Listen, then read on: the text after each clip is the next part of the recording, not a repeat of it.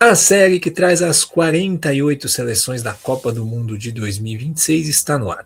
E neste 37º episódio vamos falar da Áustria.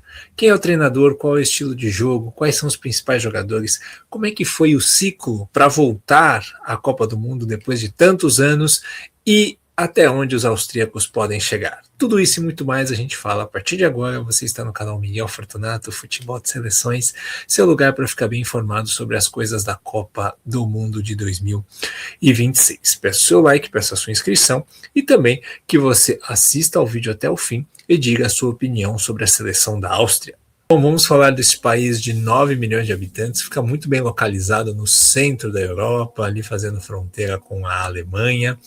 A Áustria foi uma potência, né, no começo das Copas do Mundo, né? As duas primeiras participações que ela teve, conseguiu chegar nas semifinais, em 34 e em 54. Lembrando que para 38 eles desistiram, né, por conta do que aconteceu na guerra. Mas daí em diante, a Áustria começou a participar menos e ter dificuldade de passar de fase. Só passou de fase nas Copas de 78 e de 82, né? E aí ficou um longo hiato sem jogar a Copa do Mundo. A sua última participação foi em 98, foi eliminada na primeira fase, né? Empatou com Chile, Camarões e perdeu da Itália. E agora, depois de tantos anos, né, 28 anos depois, está de volta, consegue se classificar para a Copa do Mundo. Bom, falando do ciclo, a Áustria, ela tem uma ótima eliminatória de Euro, né, com 6 vitórias, um empate e uma derrota, se classifica para a competição e cai no grupo da morte, né, com Holanda, França e Polônia. Perde da França de 1-0, vendendo caríssimo, né? Aí a galera conheceu o lado competitivo da seleção da Áustria nesse jogo, né? Na primeira rodada. E aí ganha da Polônia e ganha da Holanda, terminando em primeiro lugar do grupo. E que era o grupo considerado da morte da competição, né? E aí nas oitavas faltou confirmar, né? Essa grande campanha acabou caindo para a Turquia, que também é uma sensação, e 2 gols de bola parada, né? 2 gols de cabeça acabaram tirando a Áustria da Eurocopa. Nas eliminatórias para a Copa do Mundo, os austríacos repetiram a campanha, né? 6 vitórias, um empate e uma derrota, um grupo que não tinha uma competidora de altíssimo nível, mas era um grupo muito equilibrado, né? É um grupo que tinha a Bósnia, que tinha a Romênia, que tinha o Chipre, era um grupo chatinho, e a Áustria conseguiu classificar. O principal resultado que garantiu a Áustria na Copa foi a vitória contra a Bósnia e Herzegovina na Bósnia, né? Ganhou lá e garantiu a sua vaga para a Copa do Mundo depois, no último jogo, em casa contra a Bósnia, empatando, né? Saiu atrás no começo de jogo e aí foi um parto para buscar o empate, mas ficou ali pressionando o segundo tempo inteiro até que conseguiu empatar e garantir a vaga no Mundial. Na Nations League, a Áustria estava na Liga A, né? E aí no segundo semestre de 2022 acabou sendo rebaixada, né? E ficou em segundo lugar da Liga B, ficou atrás da Noruega, e é importante falar, né, que a Áustria, na Nations League, ela ganhou de 5-1 da Noruega, né? Tá todo mundo tratando a Noruega como uma grande surpresa e esquecendo da Áustria, né? Só para lembrar vocês que essa Áustria enfiou 5-1 na Noruega, mas acabou ficando em segundo lugar do grupo e aí acabou perdendo no playoff e não subiu, vai jogar a Liga B novamente, né? Nos amistosos, 8 jogos, 6 vitórias, 2 empates e nenhuma derrota para os austríacos. Assim. Bom, vamos falar de Ralf Rangnick, que chegou em 2022, né? Depois da Áustria fracassar novamente, numa tentativa de ir para a Copa do Mundo, convidaram ele, que é simplesmente o mentor do Schalke 04, né? De 2011, que chegou na semifinal da Champions, e o mentor de todo o projeto esportivo Red Bull. O Ralf Rangnick, ele é considerado o pai do que a gente considera hoje como gegenpressing, que é recuperar a bola imediatamente após perdê-la. E na escola do Ralf Rangnick, que segue a sua metodologia, estão Jürgen Klopp, Julian Nagelsmann, Thomas Tuchel e muitos outros treinadores, especialmente alemães, né? O Liverpool do Salah, Firmino, Mané, que você gostava tanto de assistir, aquele jogo eletrizante, é a metodologia Ralf Rangnick. Então, quando o assunto é pressão alta, ele é o mestre, né? E com toda essa teoria, esse conhecimento aplicado na prática, a Áustria fez um ótimo ciclo, né? Como eu disse, nas goleadas sobre Noruega e Turquia, venceu a Holanda na Euro, venceu a Alemanha no amistoso, excelentes resultados, e nos últimos 10 jogos a Áustria só sofreu uma derrota, e nos últimos 2 anos a Áustria só teve 2 jogos que ela sofreu 2 gols. Então, assim, são números espetaculares de um time que é muito bem treinado. Bom, vamos à lista então. Seleções, como vocês já sabem, né, que já tem a convocação oficial, a gente já traz a lista para poder ficar uma coisa mais completa, né? Os goleiros, o Schlager do Salzburg, que deve ser o titular, o Pentz do Brøndby, que é o segundo goleiro, e o Weigl do Viktoria Pilsen. Os defensores, o Alaba está aí, né, convocado mais uma vez.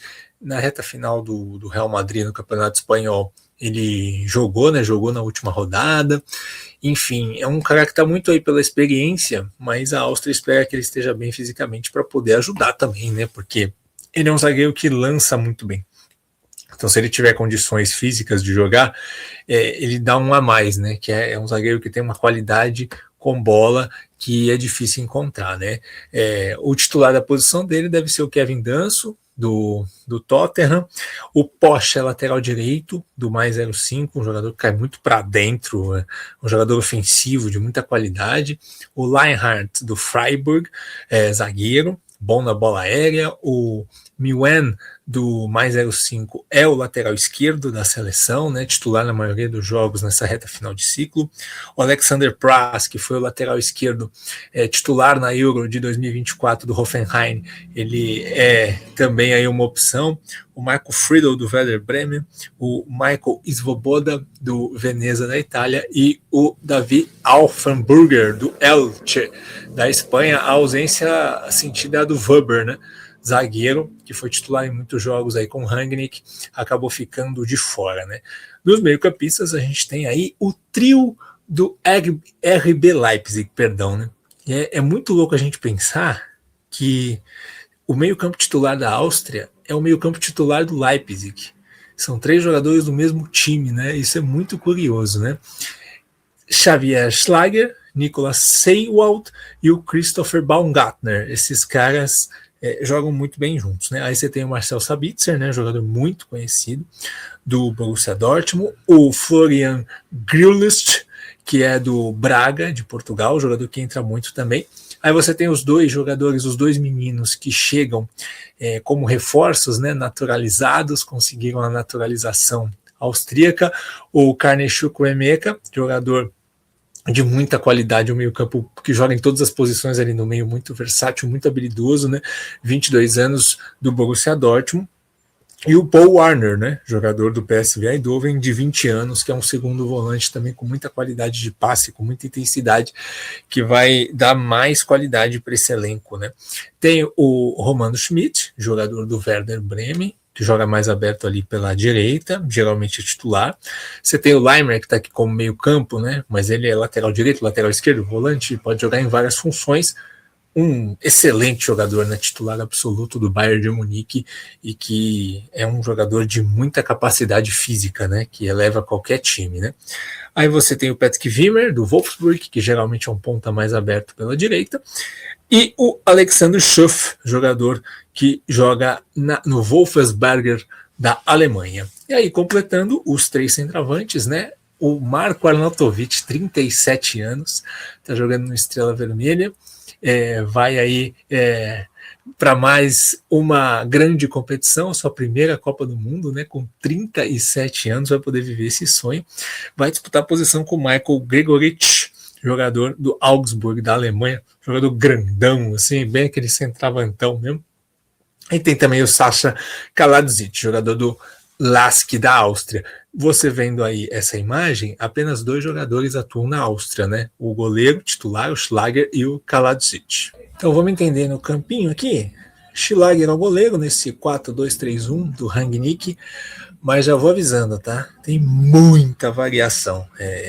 Talvez seja a seleção com mais variação das 48. É uma loucura como mexe. Esse desenho aqui vira muita coisa ao longo do jogo quando a Áustria tem a posse de bola, né? Mas enfim, no desenho O Laimer pode ser o titular na lateral direita da Copa do Mundo. Eu acho que isso vai acontecer, por exemplo, o jogo contra a Argentina, jogos de mata-mata mais pesados, né? Jogo que a Áustria precisa de um lateral com consistência defensiva, com velocidade para correr para trás, né? E em jogos que talvez a Áustria possa jogar mais com posse e pressionar mais o adversário, talvez o Poste seja o titular e o Laimer jogue ou de lateral esquerdo ou de volante. Não dá para tirar o Laimer do time, porque tem muitos jogos que o Laimer joga como volante também, no lugar do Xavier Schlager. O Poste, o que muda com ele? O Poste é aquele lateral guardadas as devidas proporções, estilo Hakimi, né?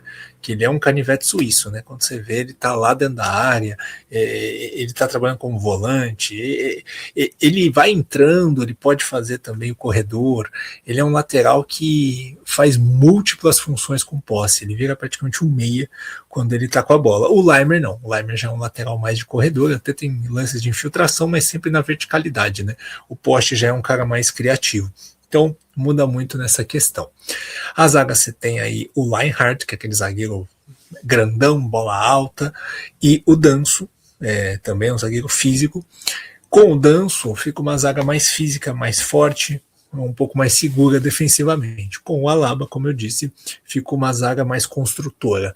Vai depender da condição física do Alaba e também do que vai querer o Rangnick em cada jogo. O Milene é o lateral esquerdo, jogador que é regular, né? Tanto defensiva quanto ofensivamente. Aí você tem esse trio, cara.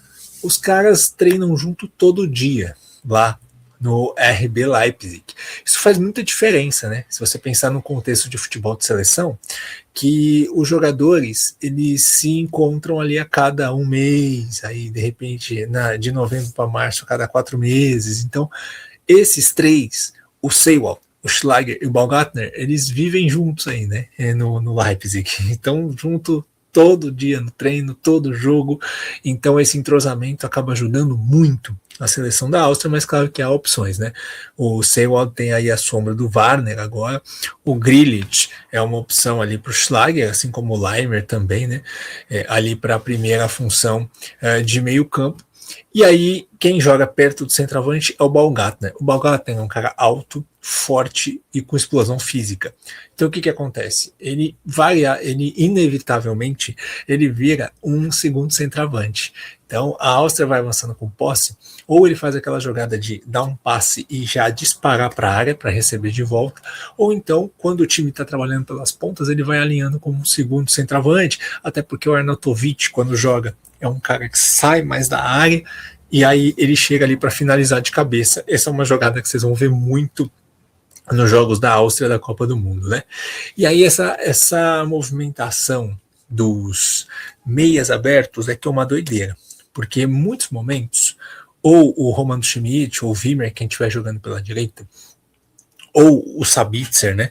Pode ser o Chukwuemeka pela esquerda, o Chukwuemeka pode jogar em qualquer outra das 3 funções do meio também, mas principalmente o Schmidt e o Sabitzer, que são os que mais jogam, né? O Sabitzer é uma referência técnica do time.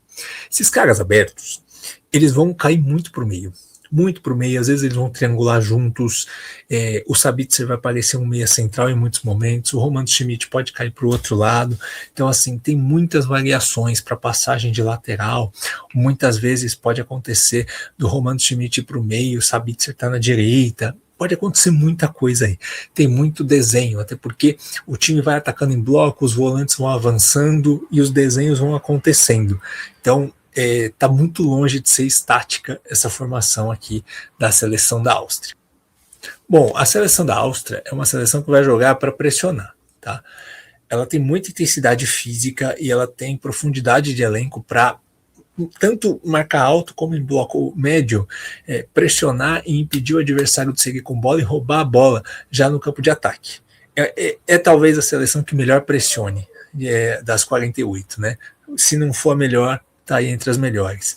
É uma pressão chatíssima de se enfrentar, que os adversários vão ter que ter muita paciência se quiserem sair jogando, porque é uma loucura, tá? E aí, quando tiver com posse, quando a Áustria tem o controle, ela tem essas variações. Eu tentei separar 3 aqui para vocês verem, né? Primeiro essa aqui, que é o segundo gol do Sabitzer, dos dois que ele fez contra a Romênia nas eliminatórias. Repare como o Sabitzer está ali na entrada da meia-lua como um meia. O Milwen está aqui como lateral esquerdo aberto e a gente tem aí o Sabitzer como um meia ali, pronto para receber o passe. Essa é uma jogada que vai acontecer muito no jogo, então você tem que ter uma marcação zona muito bem feita para poder enfrentar. Agora a gente tem o Sabitzer trabalhando junto com o lateral aqui em dobra, né? Pelo lado esquerdo, ele é aberto pela esquerda. Repare que o Posch está atrás do último zagueiro. Esse é um dos gols da goleada por 5-1 contra a Noruega. Esse gol acontece o seguinte: o Sabitzer vai cortar para dentro e vai lançar no segundo pau ali. O Posch vai fazer o gol de cabeça, porque com ele ali gerou uma superioridade numérica e o Sabitzer soube encontrar o passe. E aí você vê também, né, o Baumgartner alinhado como o segundo centroavante. Essa aqui a gente vê o Seiwald com a bola ali, né, o Wimmer aberto aqui pela direita, e os dois atacantes ali dentro, né, o Baumgartner e o Arnautovic, e aqui a gente tem o Laimer como um lateral, alinhando como se fosse um meio aberto pela direita. Nesse gol, o Arnautovic vai ganhar o duelo, vai ajeitar e o Laimer vai chegar chutando, fazendo o gol da Áustria. Essa é outra variação. Bom, vamos projetar a Copa do Mundo da Áustria, e eu já digo que as minhas expectativas são muito boas, tá? Um time tão bem treinado, que vem numa ascendente tão grande, não dá para ser diferente. Assim, estreia contra a Jordânia em Santa Clara. O jogo vai ser 9 da noite, no horário local, e Santa Clara não é tão quente quanto outras cidades, então favorece a intensidade, assim como o segundo jogo contra a Argentina, que vai ser em Dallas, estádio coberto, climatizado.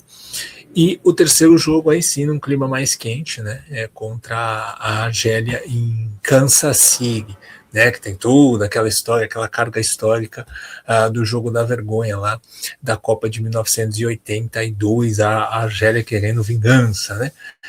Mas enfim, eu acho que dá para ganhar o grupo, tá? Eu acho que dá para ganhar o grupo. É claro que a Argentina entra como favorita, não tem como, atual campeã do mundo, uma seleção gigantesca, mas assim, a gente já viu em Copas do Mundo grandes seleções, muitas vezes, né, não ganhando o grupo. E a Argentina tem jogadores ali envelhecidos em algumas posições e está sem fazer um jogo competitivo mesmo desde setembro do ano passado, assim. Estou muito curioso para ver como é que vai ser essa Argentina e Áustria. Como é que vai ser a Argentina com alguns jogadores que já estão longe do seu auge, enfrentando essa marcação-pressão, todo esse sistema que a gente viu Holanda e França sofrerem na Eurocopa, né? Como é que vai ser a Argentina contra essa Áustria? É um dos jogos que eu estou mais curioso, né? E aí, claro, a Áustria vai ter que ter sabedoria aí para vencer também a Argélia e Jordânia, que são adversários inferiores, mas claro que vão fazer jogo duro. Eu acho que a Áustria pode ganhar o grupo. Pode ganhar o grupo. Se ganhar o grupo, tem mais chance de ir longe, né? Porque se fica em segundo no grupo, provavelmente cruza com a Espanha. E aí já é um duelo, dá para passar, até dá, mas é um duelo difícil, né? É um duelo muito pesado já para o primeiro mata-mata. Agora, se ganhar o grupo, aí pode ter um duelo mais tranquilo aí, até porque esse chaveamento que está previsto para Argentina é um chaveamento mais aberto, né? Se tudo correr como deve ser, até uma eventual quarta de final contra Portugal. Então, assim, eu acho que a Áustria pode ser uma surpresa da Copa, é uma das minhas principais candidatas à surpresa da Copa, mas para isso precisa ganhar o grupo. Então vamos ver como é que vai ser esse duelo contra a Argentina. Certo, gente? Tem muito vídeo para vocês maratonarem aqui. Curtam, compartilham. Eu quero saber a opinião de vocês. O que vocês acham da Áustria para a Copa do Mundo de 2026? Um grande abraço e até a próxima.